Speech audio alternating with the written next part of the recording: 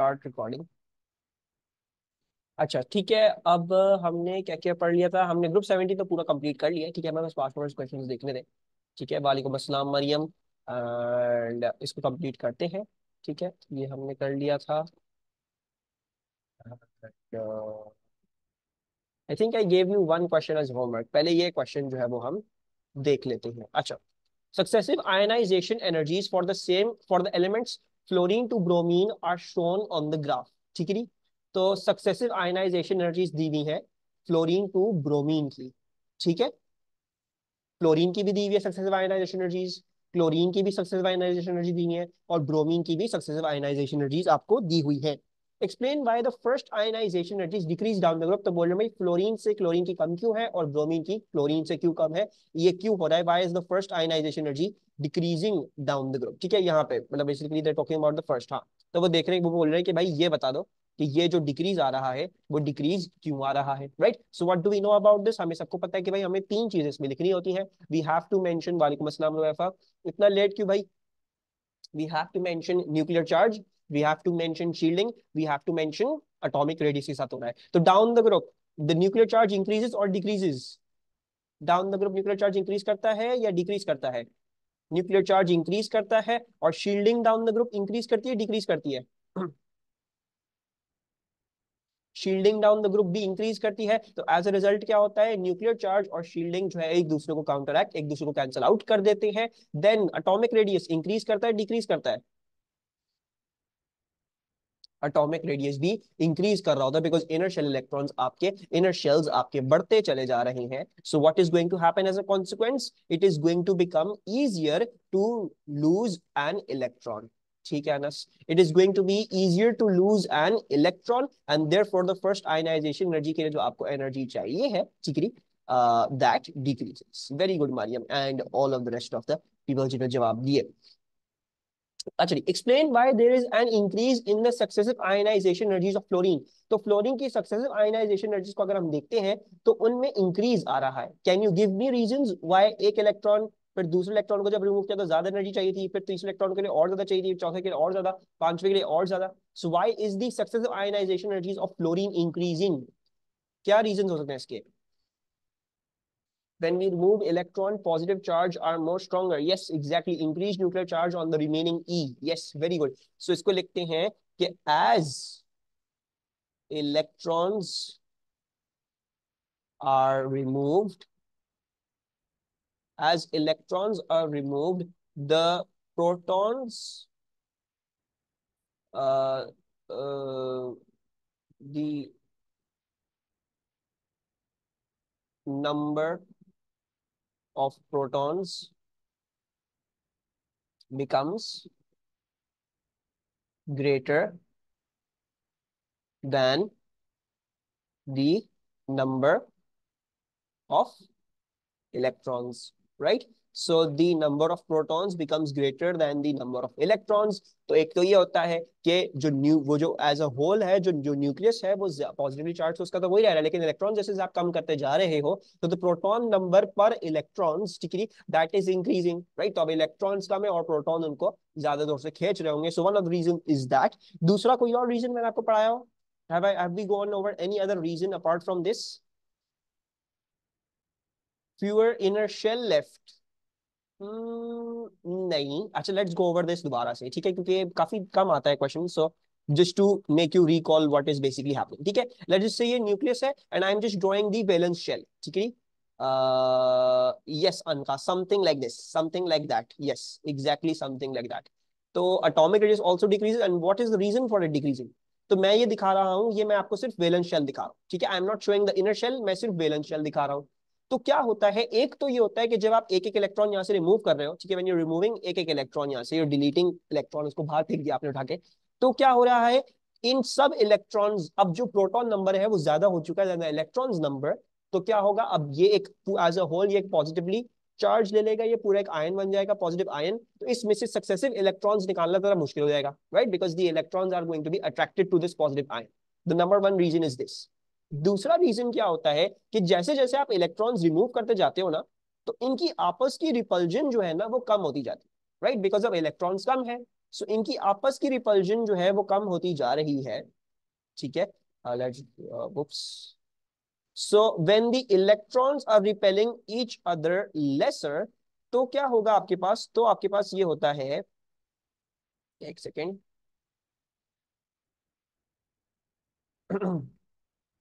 तो ऑब्वियसली क्या होगा, the they are going to come a bit closer, ठीक है। फिर एक और इलेक्ट्रॉन निकालोगे तो और रिपल्जन कम होगी और करीब आ जाएंगे, right. So that is why the atomic radius is decreasing, because जो इलेक्ट्रॉन्स थे ऑलरेडी वो क्योंकि पहले ज्यादा थे तो ज्यादा रिपल्जन होती थी, राइट, इसीलिए वो दूर दूर होते थे ज्यादा। लेकिन जैसे जैसे हम इलेक्ट्रॉन निकाल जा रहे हैं तो उनके बीच में रिपल्जन जो है वो डिक्रीज कर रही है, as result they are coming closer, closer आते हैं तो एटॉमिक रेडियस भी आपका डिक्रीज कर रहा है, ठीक है। So as electrons are removed the number of protons becomes greater than the number of electrons, therefore uh, it becomes harder to remove electrons from a positive ion due to attraction. And then you can also write this K, the repulsion between existing electrons also decreases, so atomic radius also decreases, ठीक है। And as result क्योंकि अब वो ज्यादा करीब हो चुके हैं न्यूक्लियस के और ऑब्वियसली प्रोटॉन्स भी ज्यादा हो चुके हैं, so therefore pulling out an electron will be a little bit harder. ये सब रिकॉल हो गया, right, did we study all of this, ये याद आया? अच्छा, group 7 is the only periodic table in the containing elements in all of the three states of matter at room conditions, ठीक है जी। तो बोल रहे हैं यही एक वायद ग्रुप है जिसमें three states of matter exist करती हैं, right, fluorine, chlorine, bromine, iodine हम डिस्कस कर चुके हैं, कौन सा सॉलिड कौन सा liquid and so for.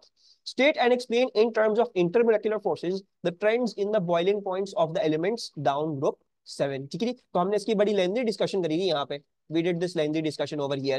Cl2 yellowish green gas है, bromine and so on and so forth. So why is the boiling point increasing among the group? तो आपने बताना है कि भाई इनमें temporary dipole forces है, and the number of electrons is increasing down the group. Therefore, the temporary dipole forces are getting stronger, and therefore, the melting point, boiling point will also become higher. ठीक है, तो ये पूरी बात जो है वो आपने यहाँ पे लिखनी है। मार्क्स किस किस चीज के हैं ये ध्यान में रहे कि आपको पता होना चाहिए, यू हैव टू मेंशन कौन सी क्या चीज है। फॉर एग्जाम्पल क्लोरीन जो है वो गैस है, क्लोरीन गैस है, repulsion between electrons and then due to loss of electron कम हो गई इसलिए शायद छोड़ो, yes exactly Mariam. So chlorine gas है आपके पास, फिर ब्रोमीन लिक्विड है, ठीक है, एंड देन आपको पता होना चाहिए आयोडीन सॉलिड है, ठीक है। इसका एक मार्क समझ लें, आयोडीन इज सॉलिड, ठीक है। फिर the next thing that you should know over here that you need to write in this answer कि आपको पता होना चाहिए कि इनकी जो इंटरमोलेक्युलर फोर्सेस, या पहले तो ये लिखोगे कि these are simple molecular compounds, और सिंपल मोलेक्युलर कंपाउंड्स हम क्या देखते हैं, हम फिर इनकी इंटरमोलेक्युलर फोर्सेस देख रहे होंगे। सिंपल मोलेक्युलर कंपाउंड्स में इनके पास टेम्पोररी डायपोल्स हैं, सिर्फ they only have got temporary dipoles, और हमें ये पता है कि down the group number of E minus increases, so as a result melting point slash boiling point increases, ठीक है। ये सारी आप बातें यहाँ पे लिखोगे तब जाके आपको 4 मार्क्स पूरे के पूरे मिलेंगे, ठीक है। 4 मार्क्स का क्वेश्चन है तो प्रॉपरली अटेम्प्ट करना, ठीक है, डोंट मेक इट शॉर्ट, जितना लिख सको इसमें उतना बेहतर होगा, ठीक है जी। अच्छा, अब आ जाते हैं इस पे, ये मैंने कहा था फॉर होमवर्क छोड़ देना, but I want to do this question with you guys, तो हम ये वाला क्वेश्चन कर लेते हैं। अच्छा, compounds containing different halogen atoms covalently bonded together are called interhalogen compounds, ठीक है। what do they mean by this statement? They mean कि भाई अगर फॉर एग्जांपल ब्रोमीन और क्लोरीन बॉन्डेड है ना, तो लास्ट पार्ट नहीं समझ में आया, कौन सा मरियम, ये वाला, trends in melting and boiling points. Yes, देखो देखो 4 मार्क का क्वेश्चन है, मैं ये समझा रहा था कि भाई तुम्हें बताना है क्लोरीन की स्टेट क्या है, ब्रोमीन की स्टेट क्या है, आयोडीन की स्टेट क्या है, ताकि तुम ये तो बताओ और उनको प्रूव कर सको कि भाई the melting point and boiling point is increasing. तो सबसे पहले तुम्हें स्टेट करना है कि melting point and boiling point increases, and then you also need to give proof chlorine is gas, bromine is liquid, iodine is solid. तुमने ये बता दिया। अच्छा जी, अब तुम्हें बताना है कि क्यों, ऐसा क्यों है, right? So you going to say अच्छा भाई chlorine exists as Cl2, bromine exists as Br2, iodine exists as I2, they all are simple molecular compounds, ठीक है? And since they are simple molecular compounds, तो हम इनकी intermolecular force को देखेंगे, and the intermolecular forces they have is got that they have is only the temporary dipole forces, ठीक है? And as you go down the group, यानी chlorine से bromine से आयोडीन जा रहे हो, so number of electrons are increasing, तुम्हारे number of electrons are increasing, therefore तुम्हारा क्या होगा, तुम्हारी temporary dipole forces will get stronger, and then you want to be saying okay जी melting point and boiling point increases. Temporary dipoles depended on the electrons ना. Temporary dipole setup कैसे होती थी? At any random moment the electrons could be set up that they produce a dipole on the atom and therefore an attraction can occur. ठीक है? अच्छा, तो inter halogen compounds क्या होते हैं? इंटर हैलोजन कंपाउंड्स वो कंपाउंड्स होते हैं जिसमें दो डिफरेंट हैलोजेंस एक दूसरे के साथ बॉन्डेड हो, ठीक है? For example Br and Cl can bond like this, ठीक है? ऐसा कुछ हो सकता है, ठीक है? So there is different kinds of inter halogen compounds. खैर बहरहाल हमारे कोर्स में स्पेसिफिकली किसी इंटर हैलोजन कंपाउंड को स्टडी करने की कोई हमें जरूरत नहीं है, you just need to understand ये क्वेश्चंस कैसे आ रहे हैं, ठीक है? एंड इट्स प्रीटी इजी, इसमें कुछ मुश्किल नहीं। One interhalogen compound can be prepared by the reaction between iodine and fluorine. This compound has an MR of 222 and the percentage composition by mass is this much iodine and that much fluorine. Calculate the molecular formula of this interhalogen compound. तो क्या ख्याल है आप लोगों का, हम इसका molecular formula कैसे कैलकुलेट करेंगे? 2 moles। अच्छा, और मोल्स की क्या कॉन्सेप्ट अप्लाई करें? What should be my first step, इसको कैसे सॉल्व करूंगा?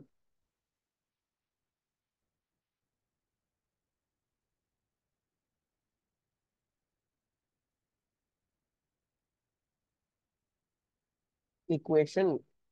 कौन सी इक्वेशन? डोंट यू थिंक ये इंपेरिकल फॉर्मूला का क्वेश्चन है? इंपेरिकल फॉर्मूला से फिर हम एन निकालेंगे, एन फिर देखेंगे एन क्या है और उसके हिसाब से हम मॉलिक्यूलर फॉर्मूला निकाल देंगे, right? Is in this a empirical formula का question? And you can also do what Rumesa says, ठीक है? Rumesa वाली technique, Rumesa will have to look at that into a little bit more detail, ठीक है? मुझे थोड़ा सा time दो, लेकिन I'm just going to do it अभी फिलहाल with empirical formula and then we'll see, हो सकता है तो कोई एरर आ जाए, ठीक है?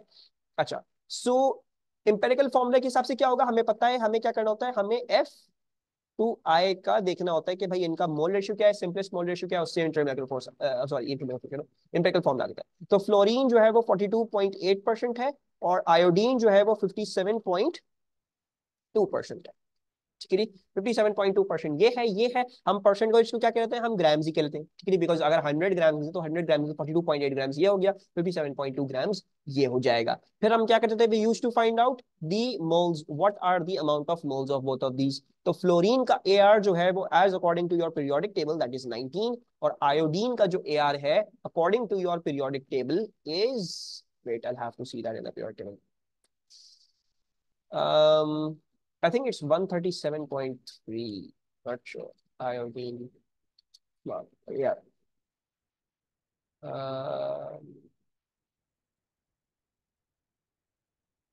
One. अच्छा, 126.9 है।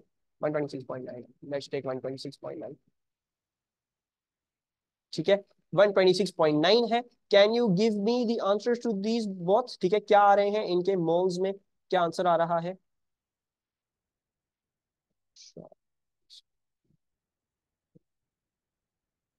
2.25, ठीक है, और दूसरा वाला?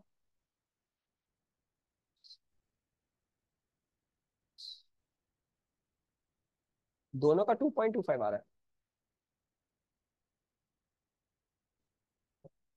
0.45, ठीक है। अच्छा, just give me a second, मैं इसका एआर कम वो कर लूँ, तसल्ली कर लूँ। आयोडीन इज 126.9, ठीक है। सो 2.25, so this is coming out to be 2.25 and that is coming out to be 0.45, ठीक है?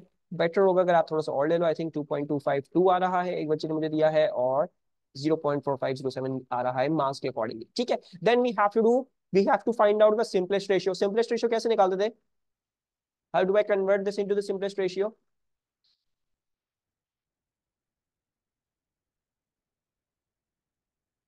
शॉर्टेस्ट से डिवाइड कर देंगे। Yes, you will divide by the smaller number, दोनों को स्मॉलर नंबर से डिवाइड कर दोगे ताकि आपके पास जो है वो क्या आ जाए, आपके पास होल नंबर्स आ जाए दोनों।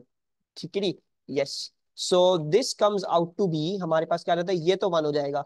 और इसको देखोगे तो मेरे हिसाब से this will come out to be around 5, I guess 4.99, right, you getting 4.99, यानी हम उसको अप्रोक्सीमेट कर लेंगे तकरीबन 5 के। ठीक है। And that means that the empirical formula is I एक दफा, फ्लोरीन 5 दफा। ठीक है। अब एन वर्कआउट कर लेते हैं। एन क्या था? N was molecular formula M R divided by empirical formula mass. ठीक है जी, जो भी एम्पेरिकल फॉर्मूला के थ्रू एम आर आ रहा है उससे डिवाइड करके आप एन निकाल लोगे। एम आर क्या है? M R is 222। Empirical formula M R क्या होगा? आयोडीन इज 126.9 एंड आपके पास 5 दफा फ्लोरीन का आना है which is 19। Can you give me the value for N? 222 ही है, तो इसका मतलब क्या हो गया? इसका मतलब ये हो गया कि n हमारे पास जो है वो 1 आ रहा होगा। 222 divide by 222, your n is coming out to be 1, so that means the molecular formula is also IF5। ठीक है। So one of the approaches was this. The other approach that I think we can do, give me a second, मैं जल्दी से देख लूं। सो अगर हम ले लें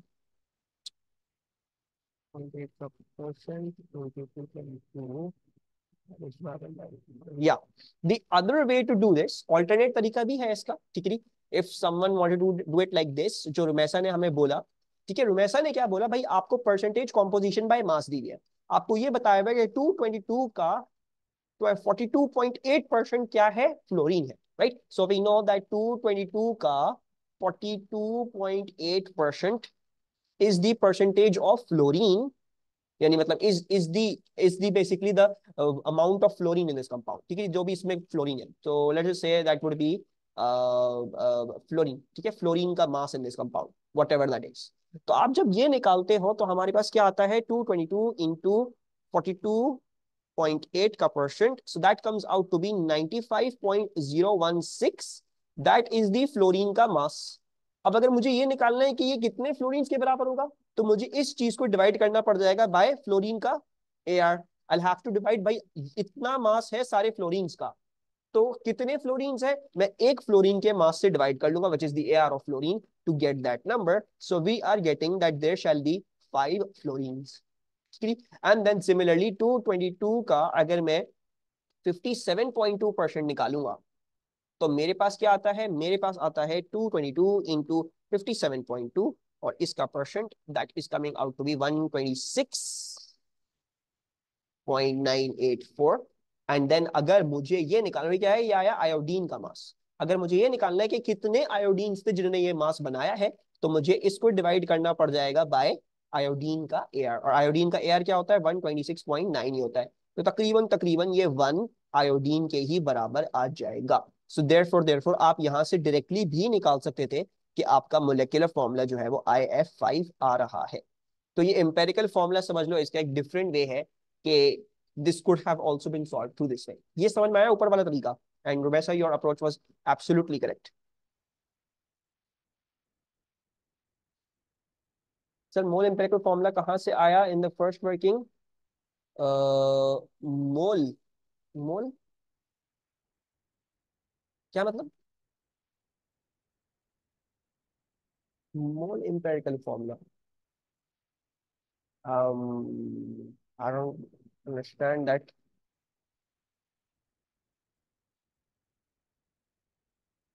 MR upon empirical, empirical formula का मास कह रहे हो, ये कहाँ से आया?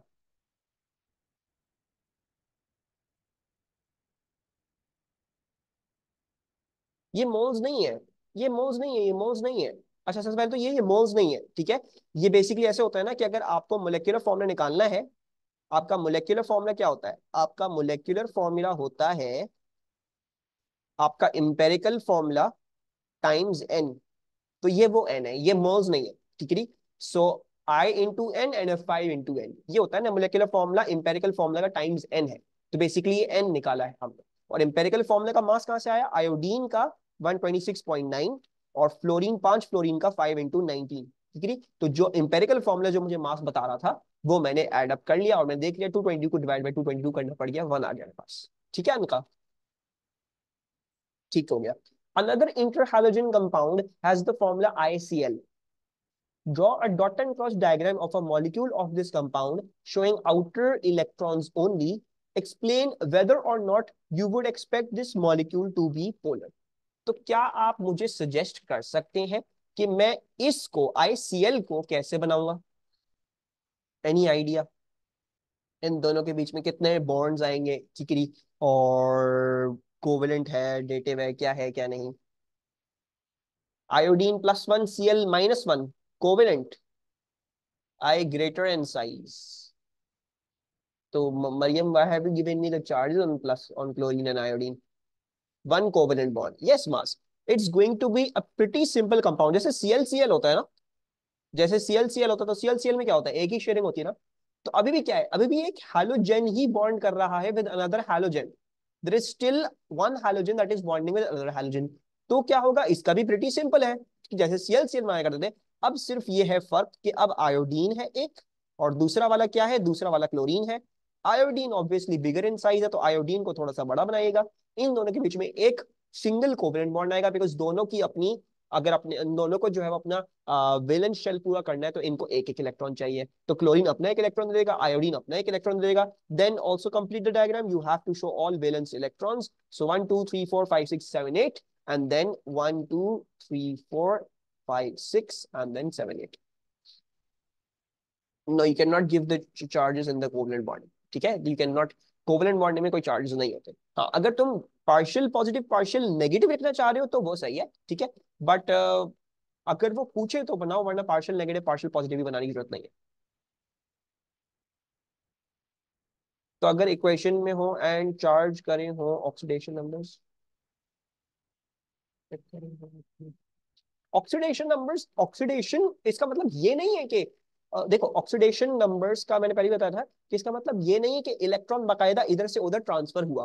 ठीक है, बेसिकली मतलब ये है कि कौन सी चीज की इलेक्ट्रोनेगेटिव है ज्यादा। तो we all know that chlorine is more electronegative. तो ये होता है कि जो बेचारा आयोडीन का इलेक्ट्रॉन है ना, वो ज्यादा टाइम क्लोरीन के पास स्पेंड करता है, बिकॉज क्लोरीन ज्यादा खींच रहा होता है। इसका मतलब ये नहीं है आयोडीन ने अपना इलेक्ट्रॉन लूज कर दिया।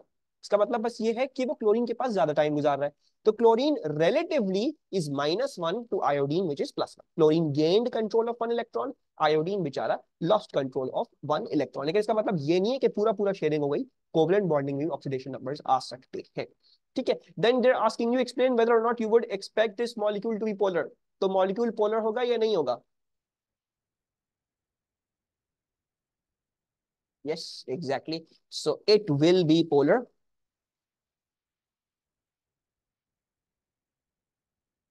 as electronegativity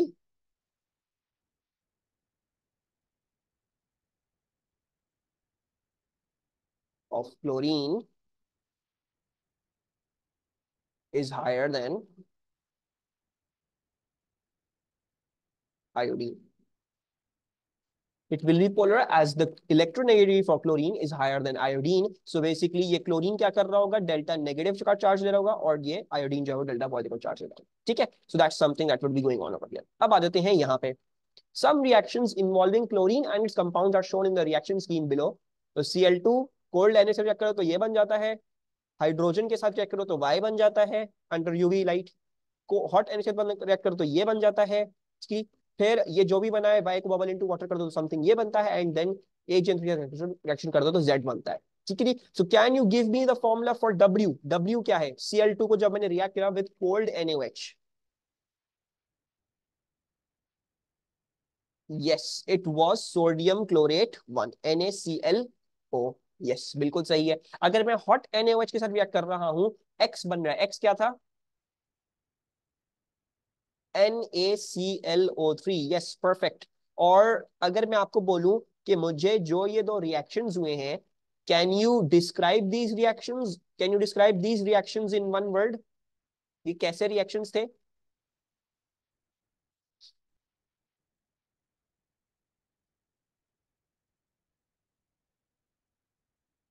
can you describe them?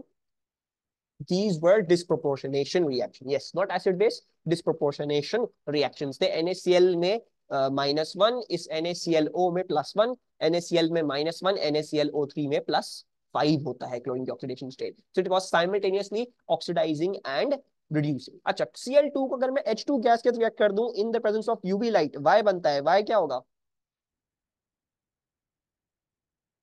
HCl, right? Hydrochloric acid होगा. And that अभी फिलहाल that hydrochloric acid is in gaseous form, right? So can you give me an observation of this reaction? इस reaction की observation क्या होगी?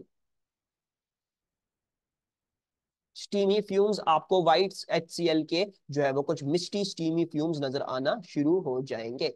Yes. अच्छा जी, Y को हमने पानी में डिसॉल्व कर दिया तो HCl एक्वियस बन जाएगा. फिर वो कह रहे हैं उन्होंने HCl एक्वियस में क्या डाल दिया? सिल्वर नाइट्रेट सोल्यूशन डाल दिया, तो Z सॉलिड आ गया, यानी प्रेसिपिटेट आ गया. So what is that precipitate का formula going to be? AgCl. Perfect. ठीक है. और इस प्रेसिपिटेट का कलर क्या होता है?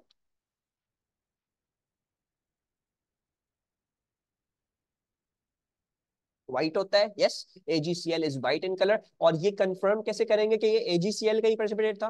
What was the confirming test?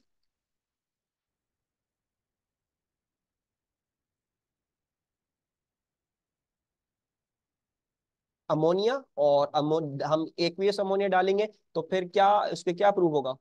Dissolves in dilute ammonia. Yes. तो आप एक्वियस अमोनिया डालोगे तो it shall dissolve in dilute concentration of ammonia. Bromide होता तो वो फिर क्या करता? ब्रोमाइड होता तो वो कॉन्सेंट्रेटेड में सोल्यूबल होता. ठीक है. और अगर आयोडाइड होता तो वो किसी में भी सोल्यूबल नहीं होता. That is the distinction between them. ठीक है. सो AgCl soluble in dilute ammonia, bromide AgBr soluble in concentrated ammonia, and iodide AgI soluble in nothing, no concentrations of ammonia. वो किसी में भी soluble नहीं होता है. ठीक है. अच्छा, moving onwards, write an equation for the reaction of fluorine with hot NaOH. So we're going to write that Cl2 plus NaOH. तो आपके पास क्या फॉर्म होता है? आपके पास जो चीजें फॉर्म होती है, एक चीज फॉर्म होती है NaCl, दूसरी चीज जो फॉर्म होती है वो होती है NaClO3, and then you also form some water. और मैंने आपको बोला था कि इसकी बैलेंसिंग याद कर ले. ठीक है, क्योंकि काफी दफा आता है तो जल्दी जल्दी लिखने में आपको आसानी होगी. This is 6, this is 5 and this is 1. लेकिन अगर आपको याद नहीं आ रही हो तो then you can also balance it using the oxidation numbers वाली अप्रोच जो हम ऑलरेडी कर चुके हैं. ठीक है. And then you just, I guess you just need to balance the rest of the things. सो आपके पास 6 हाइड्रोजन है. 6 हाइड्रोजन का मतलब 3, और ये 3 हो गए. ये 3 + 3 6, 6 ऑक्सीजन हो गए. 5 Cl थे तो, और ये 6 Cl, तो हमें इसको भी 3Cl2 करना पड़ेगा. ये हो गई हमारी प्रॉपर बैलेंसिंग. तो इसकी बैलेंसिंग याद रखने के लिए क्या कर लो? 6:5:1 याद रख लो. सोडियम के जो है वो 6:5:1 इस तरीके से रेशियो में आ रहे हैं.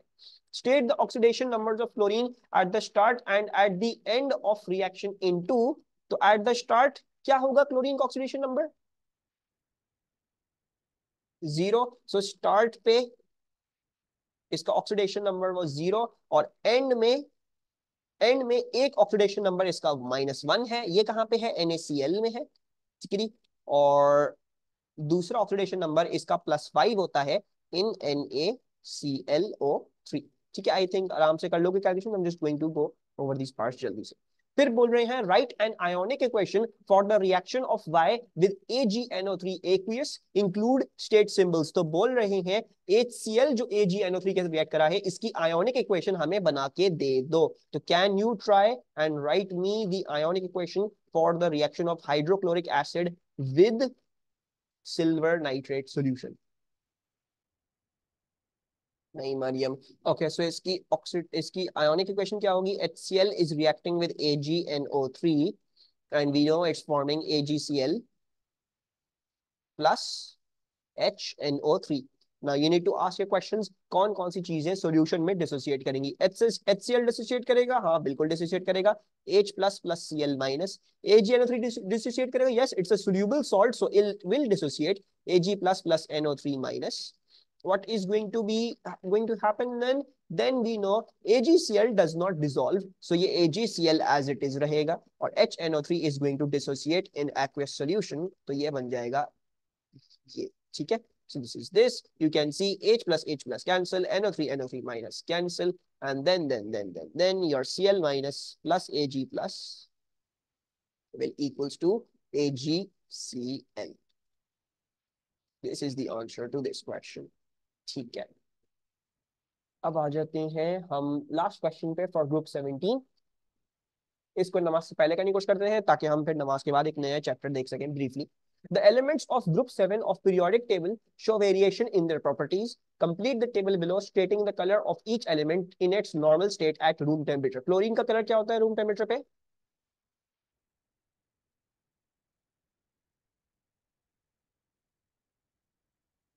Yellowish green, yes, right? So we can write yellow green, yellow green. Bromine, bromine का कलर क्या होता है?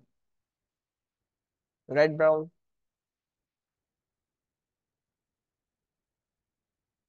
Yup, brown liquid. And iodine का black salt, yes. Then briefly explain why the melting points of the halogen increase from chlorine to iodine. So we can say the number of electrons increase,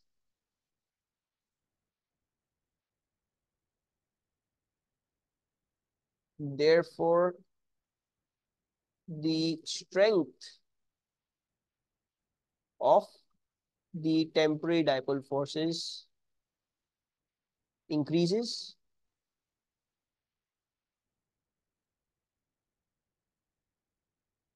and so more energy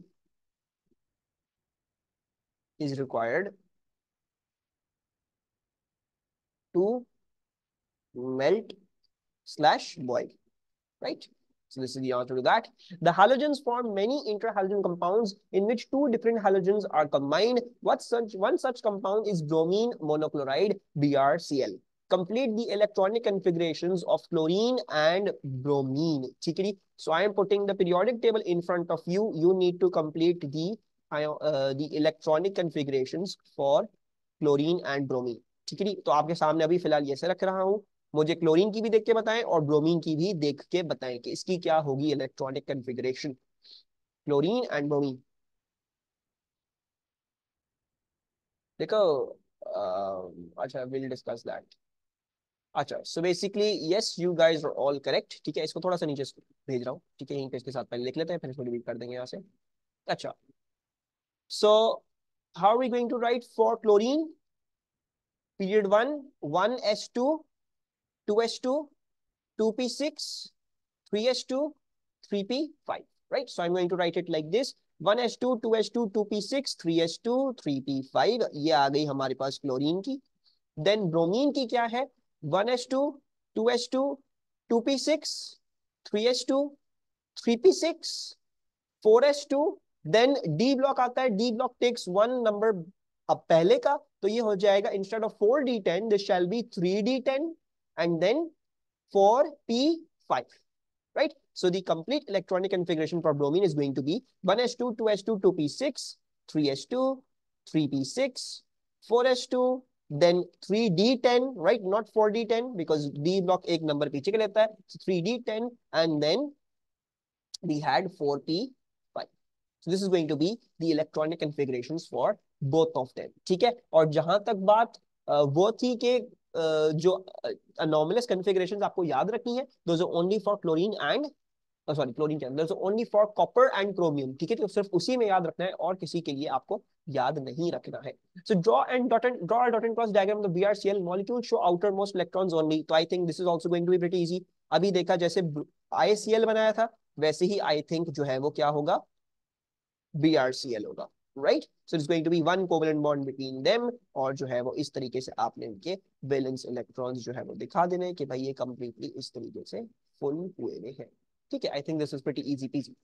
अच्छा, interhalogen compounds like BrCl have similar properties of the halogens। सिर्फ change in size ना रखें तो marks loose होंगे।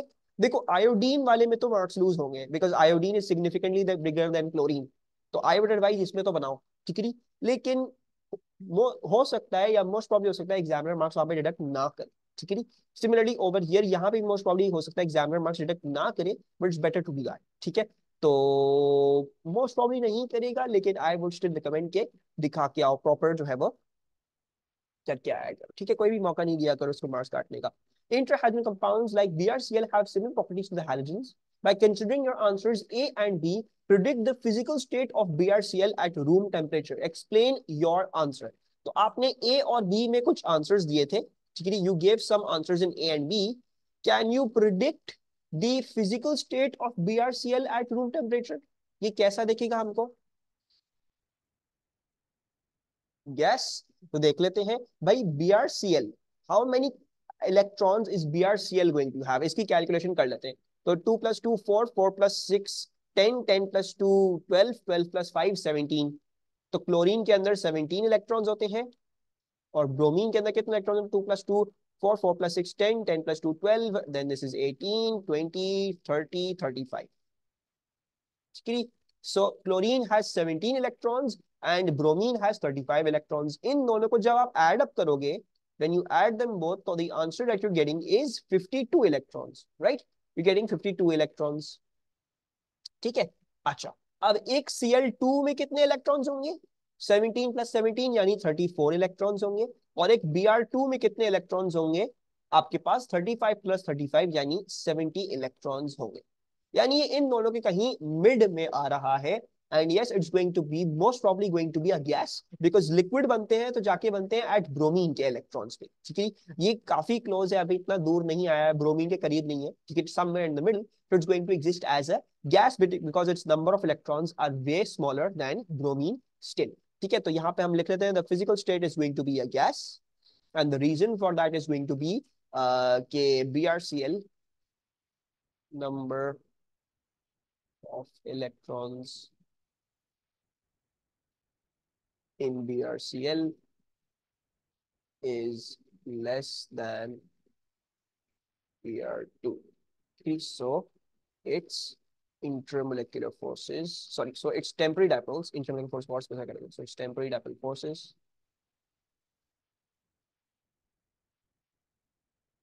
will be weaker. Suggest the color of BrCl. तो colour क्या आप suggest कर सकते हो आप इसका? BrCl का कलर क्या होगा अंदाजन?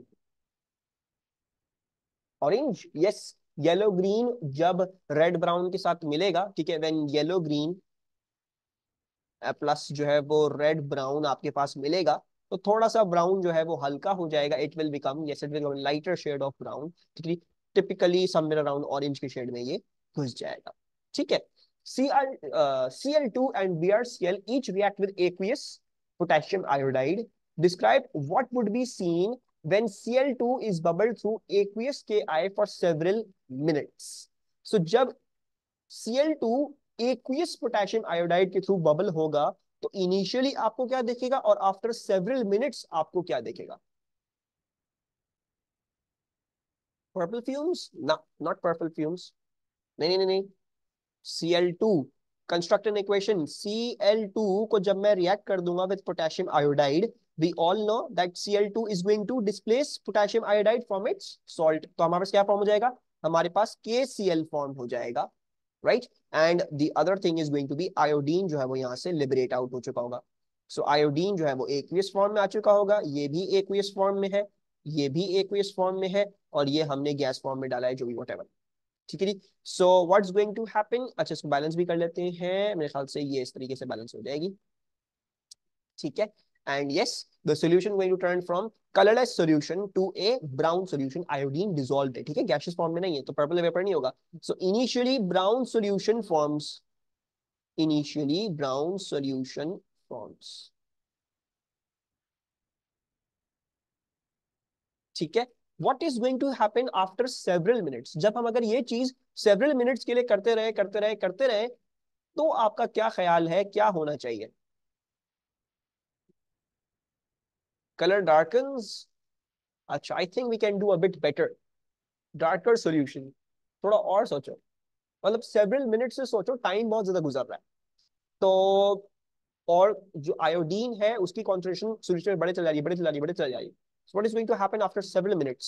Can I say that the iodine is going to start coming out of the solution, क्योंकि अब और कुछ डिसॉल्व नहीं हो पा रहा है, ठीक है। सो यू कैन राइट के brown solution darkens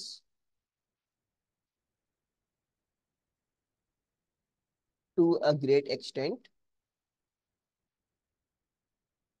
and better जो होगा वो ये होगा कि भाई इतना ज्यादा आयोडीन रिलीज हो गया, अब और कुछ डिसॉल्व नहीं कर पा रहा है, तो हम क्या कह सकते हैं, we can also say black solid forms, कि भाई आयोडीन अब सोल्यूशन में से बाहर निकलना शुरू हो गया है, तो you are now getting black solid that is form, ठीक है।